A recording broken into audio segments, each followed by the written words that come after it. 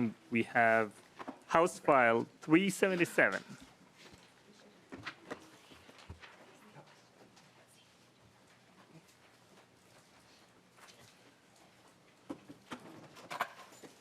Representative Hicks, did you want to move House File 377? Yes. So your motion is Representative Hicks moves House File 377 to be laid over for possible inclusion. With that, please introduce your bill and tell us what it does. Thank you so much, Chair. Thank you, members, so much for coming today and for listening to MCD's presentation today. As someone who's been in the disability community for my whole life, I know how valuable their supports and services are to the nonprofit world, but also to all of you and to all of us. As you heard from them today, they are an amazing resource full of knowledge and information to support us as legislators, but also to support our local communities, our local cities, our local counties, and our state as a whole. They are coming today to ask for an increase in their funding. They come every 2 years to ask for their funding, but this time they are asking for an increase. In 2003, when the state was in a deficit, cuts were made to balance the budget. To be clear, those cuts in 2003 were primarily made on the backs of people with disabilities and the organizations that support them. MCD was one of those organizations that took a significant cut, 46% to be exact, and they have yet to recover from that slice in their operating budget. They, like many other organizations with disabilities, have continued to advocate for people with disabilities and also for themselves to try to recoup back to the level of support that they had before. As you heard them speak about, they have a lot of statutory requirements. An audit showed that to meet all of those requirements, they would need 15 full-time staff. They have 7.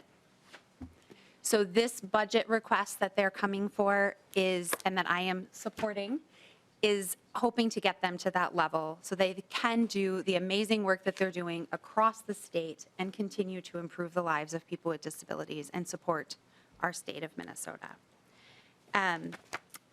It's time to bring their funding into alignment with the work that they do and the work that they need to do for Minnesota. As we talked about here during this robust conversation, there are holes in our system, and MCD is the expert organization to help us identify how to best fill those holes through their collaboration with so many other organizations, people, and us. So my request today is that we lay this bill over so that we can increase their funding moving forward. Thank you so much, Representative Hicks. I think based on our customary and traditions, when you present the first time in a committee, there's always a treat that comes along with that. We'll waive that for today, but just wanted to appreciate you bringing that bill forward. We have one testifier. Can we do a roll call and vote on delaying that, or? Okay, I'll table that. Thank you for that statement, Representative Quam. But yeah, so we're still on that bill at 377. The first testifier is Policy Director Tanner. Welcome to the committee again. Please introduce yourself for the record and proceed. Thank you, Chair Knorr, and thank you, Representative Hicks, and thank you, members of the committee. My name is Trevor Turner. Again, I'm the Public Policy Director for the Minnesota Council on Disability. The Minnesota Council on Disability is the only state agency that advocates for all disabilities, the only independent state agency that advocates for all disabilities. The council was created in 1973, the same year the Human Rights Act was passed, in order to increase disability representation in state government. For most Minnesotans in American history, people with disabilities were often excluded, ostracized, or institutionalized and had no official representation in our state government. The Minnesota Council on Disability was established in 1973 to provide some representation and to address the inequalities that Minnesotans with disabilities face in all aspects of their lives.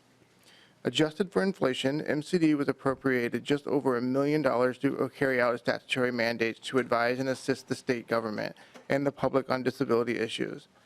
MCD played a pivotal role in disability advocacy in the subsequent decades, including playing a part in the passage of the Americans with Disabilities Act. During this informational hearing, you learned about the work that MCD has done and continues to do. The average increase in our budget was about 11% per biennium, and at its peak in the 1990s. MCD had about 70 employees to carry out the obligations in our founding statute.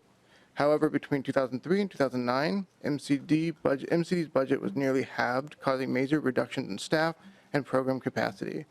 In 2011, we started receiving budget increases again, but only at an average of 4% per biennium. This means that adjusted for inflation, our current budget in 2023 has not reached the same level as it was in 1973.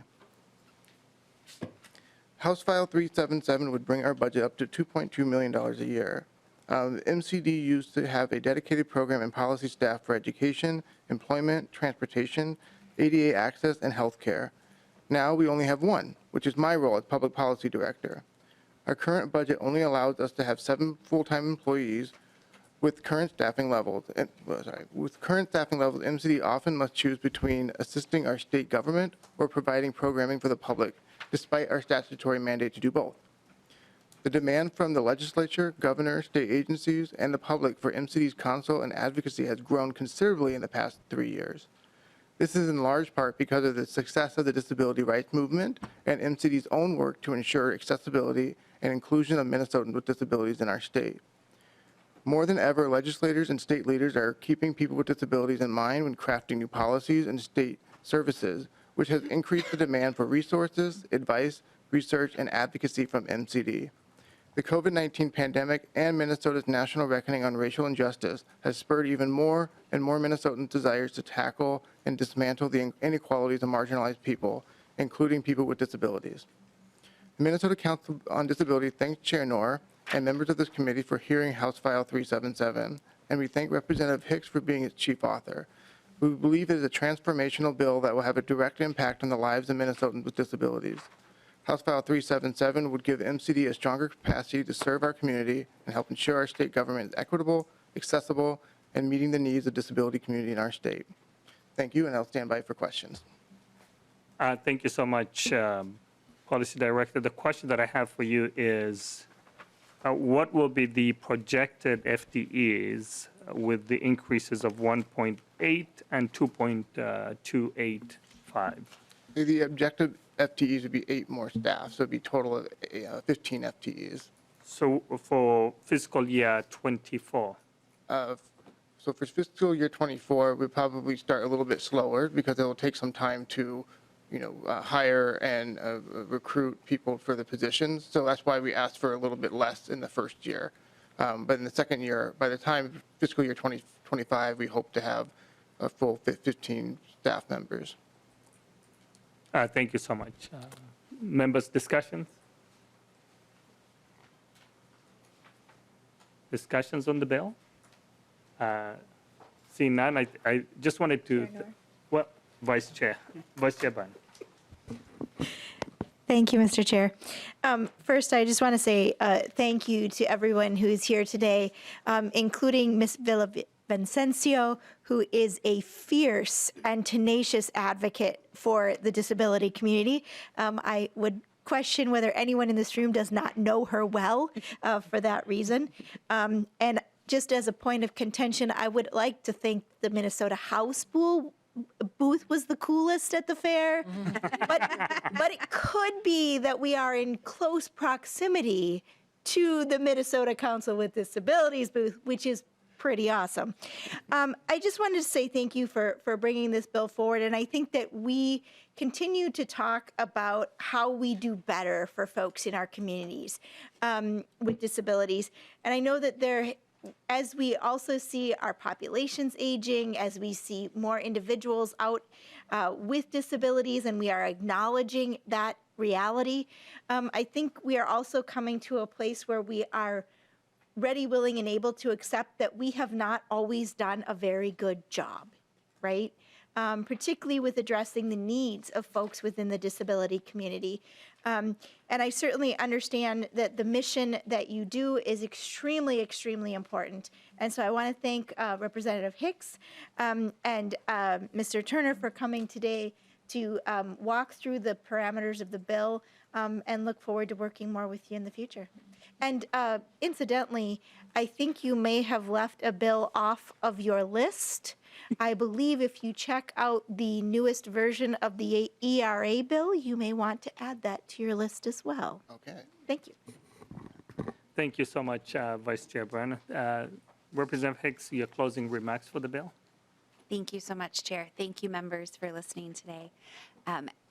I could not speak any more powerfully about the importance of this work than our friends from MCD did today. So I would just close in asking you to remember that we rely on them as legislators, the state relies on them, people with disabilities rely on them, and we need to make sure that we are supporting them so they can continue to do that good work. Thank you so much. With that, Representative Hicks renews her motion, House File 377 be laid over for possible inclusion. Thank you so much.